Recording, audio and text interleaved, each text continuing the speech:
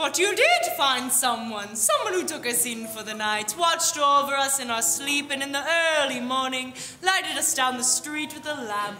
Was Shanta that took you in? Who else? I ran away. She isn't coming. I thought she just can't afford it. Ooh. Oh, you feeble, well-intentioned, and yet feeble child. Where there's need, the fellow thinks there is no goodness. When there's danger, he thinks courage starts to ebb away. Some people only see the seamy side. What hasty judgment! What premature desperation! Very ashamed, illustrious one. Do us a favor, water seller. Go back to Setzuan, find Shanta, and give us a report on her. We hear that she's come into a little money. Show interest in her goodness, for no one can be good for long if goodness is not in demand. Meanwhile, we shall continue on our journey and find other good people, after which the idle chatter about the impossibility of goodness will stop.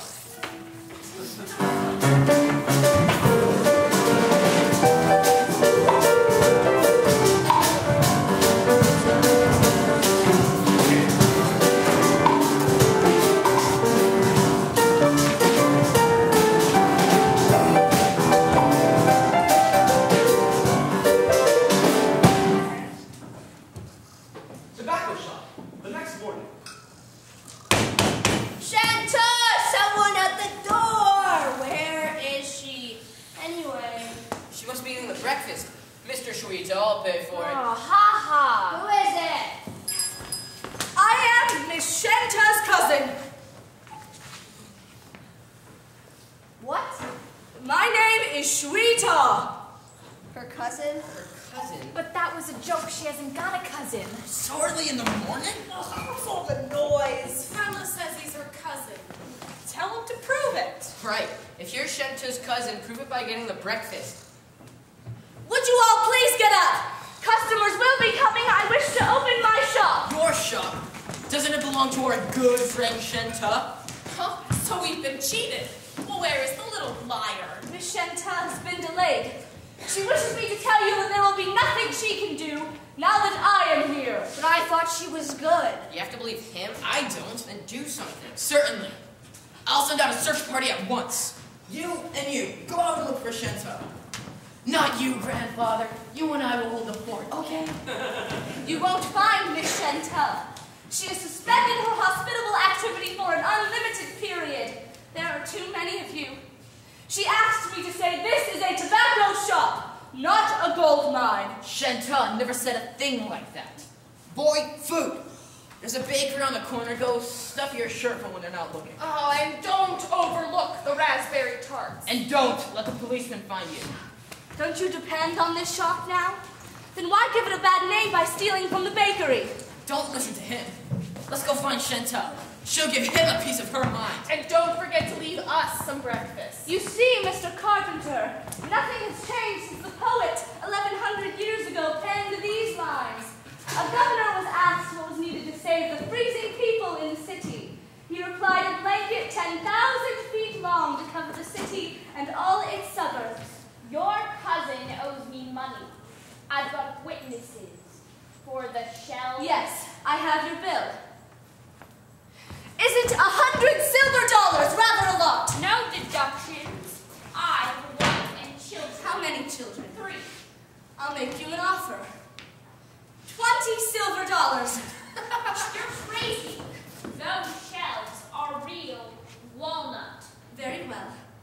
Take them away. What? They cost too much. Please, take them away. Not bad. Call Shanta, someone. She. Good. Certainly. She's ruined. All right. You can keep your tobacco on the floor. Help them with the shelves. Goodbye, shelves. You dog! You want my family to starve? I repeat my offer. I have no desire to keep my tobacco on the floor.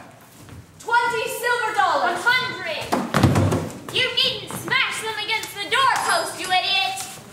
These shelves were made to measure. They're no use anywhere else. Precisely. Woohoo! Take the shelves.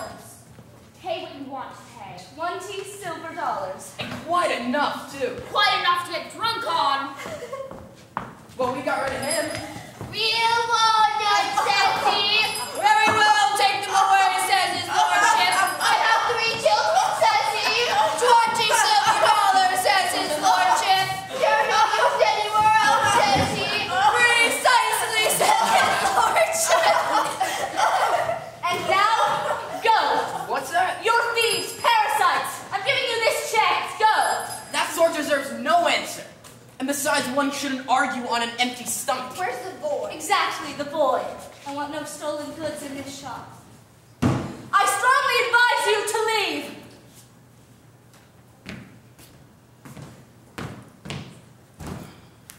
As you wish.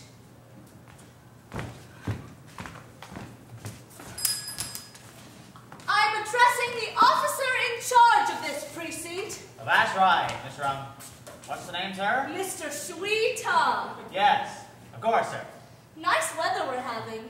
A little on the warm side, sir. Oh, a little on the warm side. If he keeps this up till the boy gets back, we're done for. Weather, of course, is one thing indoors, another out on the dusty street. Oh, quite another, sir. It's all right. They're standing in the doorway. The boy will see them. Step inside for a moment.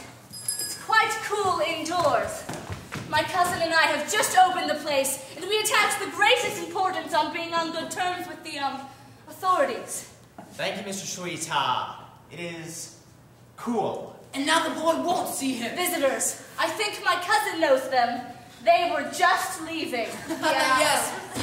We were I'll just tell my leaving. cousin you couldn't wait. Ah! Thief! What's that?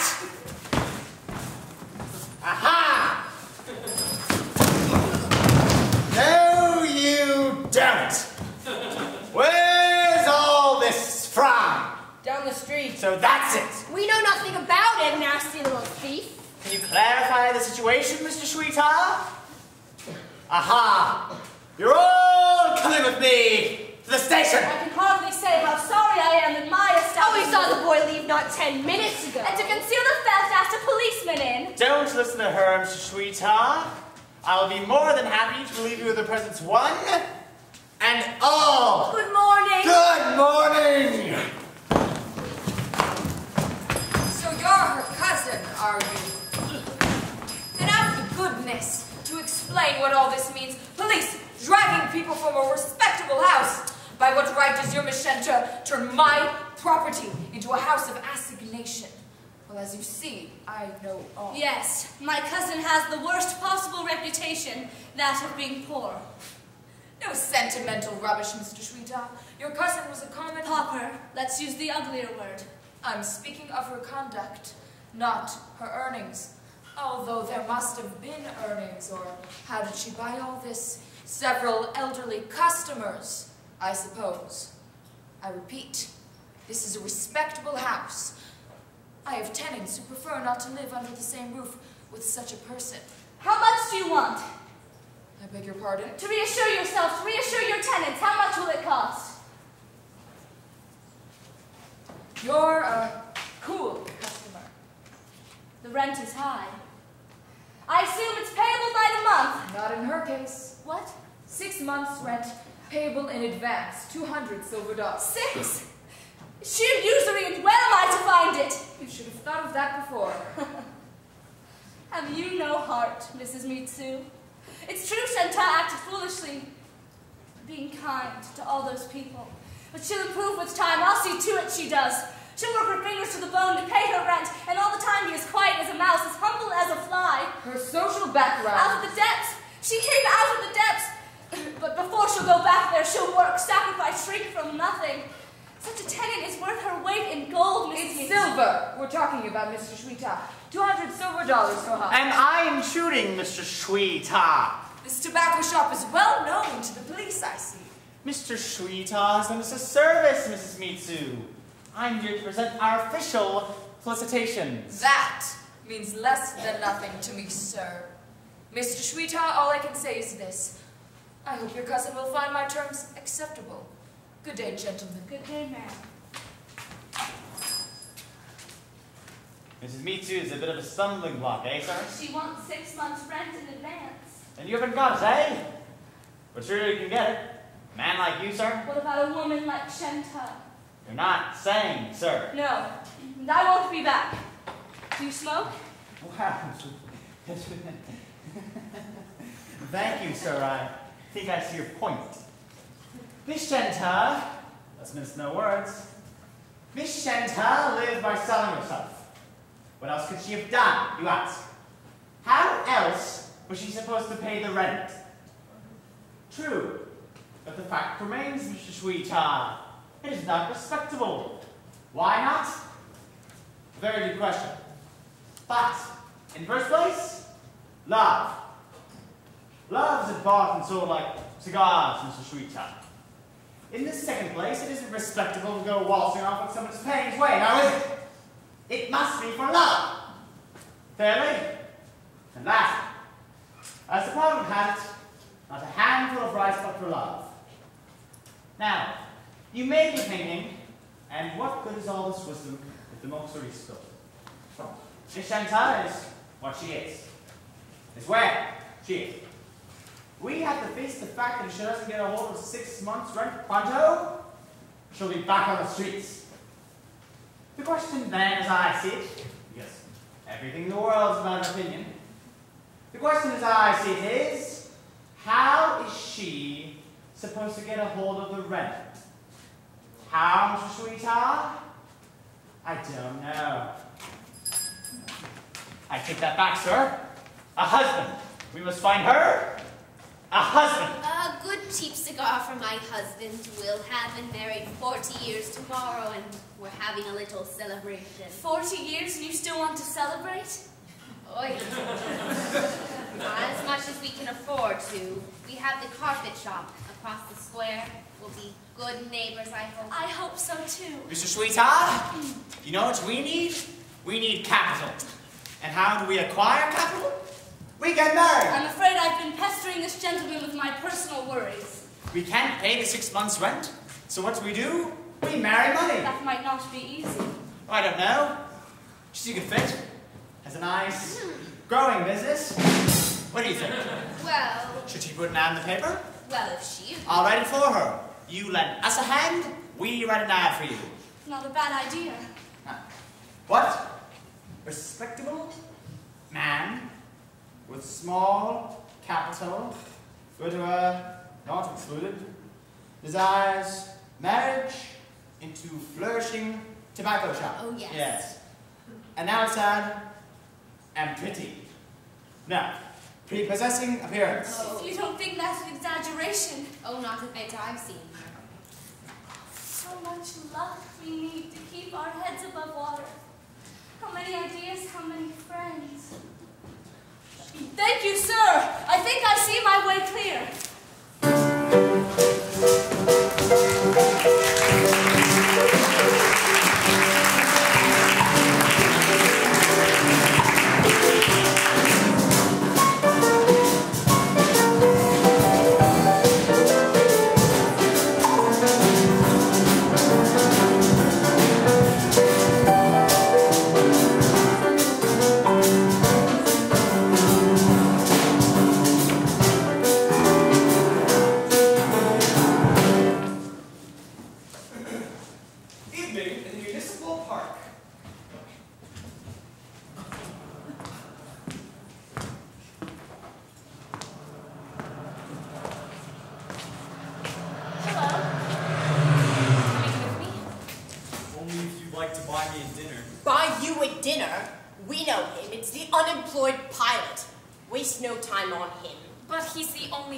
To the park and it's gonna rain.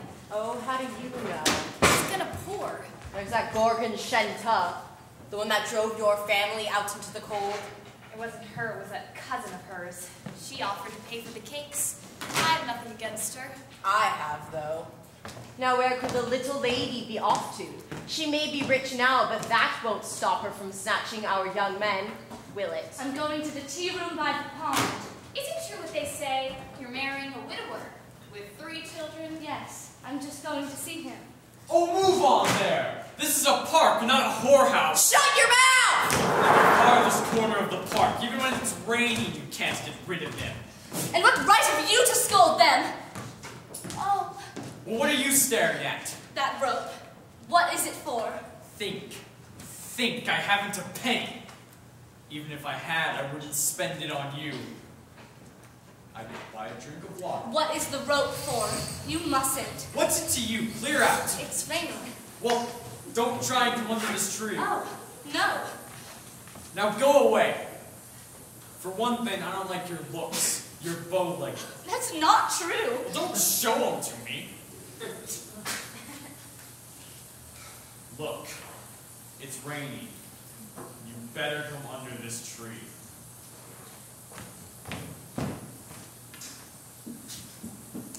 Why did you want to do it? You really want to know? To get rid of you. Do you know what a flyer is? Oh, yes. I've met lots of pilots at the tea room. You call them flyers? Think they know what a machine is just because they have leather helmets? They gave the airfield director a bribe. That's the way those fellows got up in the air. Try one of them out sometimes. Go up 2,000 feet, tell him. Then let it fall. Then pick it up again with a flick of the wrist at the last moment. You know what he'll say to that? It's not in my contract. Then there's the landing problem. It's like landing on your own backside. It's no different. Planes are human. And those fools don't understand. And I'm the biggest fool for reading the book on flying in the Peking school and skipping the part where it says, we've got enough flyers, and we don't need you. I'm a male pilot with no mail. Do you understand that? Yes, I do. No, you don't. You never understand that. When we were little, we had a crane with a broken wing. He made friends with us and was very good-natured about our jokes. He would strut along behind us and call out to us to stop us going too fast for him. Every spring and autumn when the cranes flew over the villages in great swarms, he got quite restless. I understand that. Don't. No, It's bad for the complexion. I stopped. You can't even wipe your own face. I don't know anything. You interrupted me. What for? It's such a rainy day. You only wanted to do that because it's such a rainy day. In our country, the evenings should never be somber. High bridges over rivers, the gray hour between night and morning in the long, long winter, such things are dangerous. For with all the misery, very little is enough in men for away an unbearable life. Talk about yourself for a change. What about me? I have a shop. Have a shop, have you? Never thought of walking the streets? I did walk the streets. Now I have a shop. A gift from the gods, I suppose. How did you know? One fine evening, the gods turned up saying, here's some money. One fine morning. This isn't much of an entertainment. I can play the zither a little, and I can mimic men. I got the shop, so the first thing I did was to give my zither away. I can be as stupid as a fish now, I said, and it won't matter, I'm rich now, I said. I walk alone, I sleep alone for a whole year, I said. I'll have nothing to do with the man. And now you're marrying one. The one at the tea room by the pond.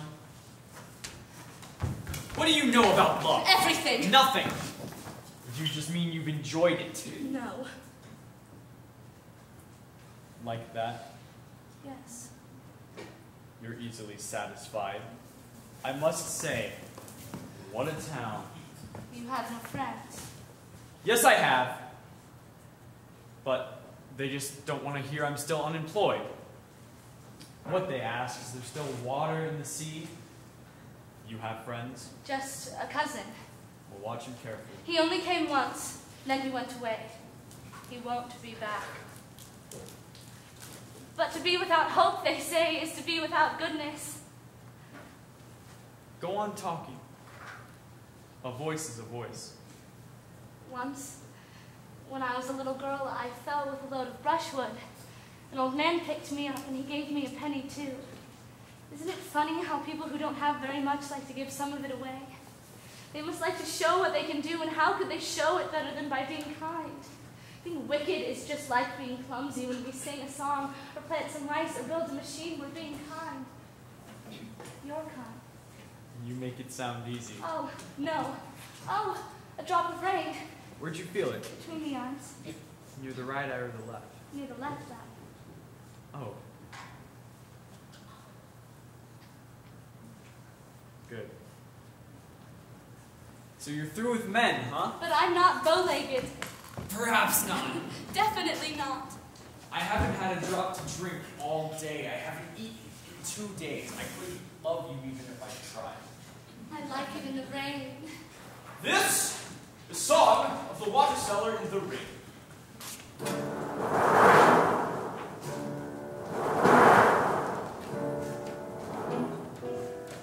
By my water, I'm yelling, and my fury is straining. For no water, I'm selling, 'cause it's raining. Yes, it's raining, and I keep yelling, by my water, but no one's buying. Thirst and dying, shrinking and paying. Buy water, you dog. Nice to dream of lovely weather. Think of all that consternation. Were there no precipitation? Half a dozen years to death. Can't you hear them shrieking water, pretending they adore me? Go on their knees before me, down on their knees, go down, down on their knees.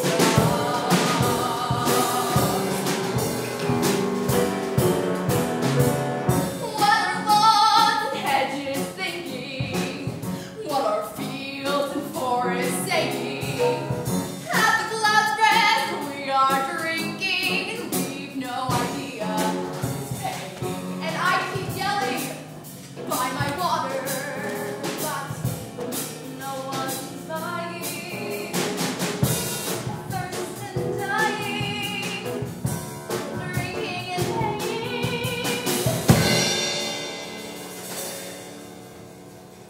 Buy water, you dog.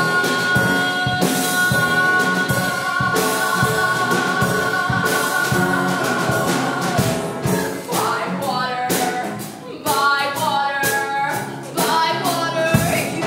Whoa! You're carrying poles at the shop. Thank you, Shanta. And how is life treating you? I've just met a brave and clever man, and I want to buy him a cup of your water. Throw back your head and open your mouth, and you'll have all the water you need. I want your water, Mom. The water that has tired you so, the water that you carried all this way, the water that is hard to sell because it's been raining. I need it for that young man over there. He's a flyer.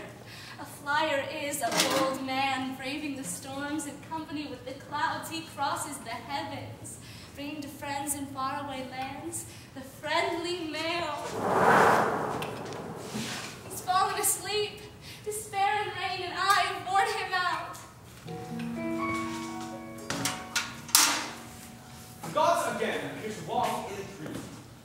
I've seen her illustrious ones, and she hasn't changed. That's good to hear. She loves someone. Let's hope the experience gives her the strength to stay good. It does. She is doing good deeds all the time. What sort? What sort of good deeds, Mom? Well, she has a kind word for everybody. And then? Hardly anyone leaves her shop without tobacco in his pocket, even if he can't pay for it. Not bad at all. Next? She's putting up a family fete. Eight, and that's not all, of course. She bought a cup of water for me, even though it was raining. Yes. All these smaller good deeds. Even they run into money. A little tobacco shop doesn't make so much. A prudent gardener works miracles on the smallest plots. She hands out rice every morning that eats up half her earnings. Well, as a beginning. They call her the angel of the slums. Whatever the carpenter may say. What's this? Carpenter speaks ill of her? He only says his shelves weren't paid for in full. What's this? Not paying a carpenter? Why was that? I suppose she didn't have money. One pays what one owes. That's in our book of rules. First, the letter of the law. Then, the spirit. But it wasn't Shanta, illustrious ones. It was her cousin, and she called him to help. Then her cousin must never darken her threshold again. Oh, very well, illustrious ones. But in fairness to Shanta, let me say that her cousin is a businessman. inquire what is customary. I find business quite unintelligible, but everybody's doing it business. Did the 7 good kings do business? Did come that just sell fish? In any case, such a thing must not occur again. Forgive us for taking this tone with you, Wong. We haven't been getting enough sleep. The rich recommend us to the poor, and the poor tell us they haven't enough space. Feeble, the best of them. No great deeds, no heroic daring. On such a small scale. Sincere, yes, but what is actually achieved? I thought of something illustrious once. Perhaps you shouldn't ask too much of me once.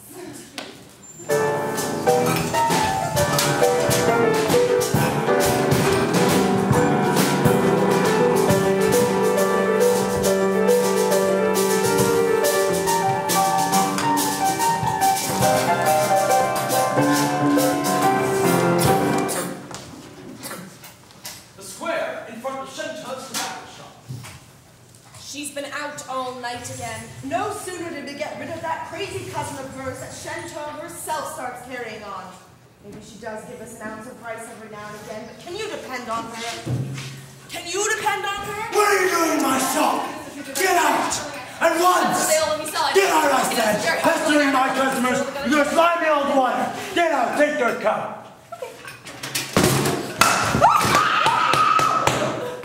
You ain't coming, my man!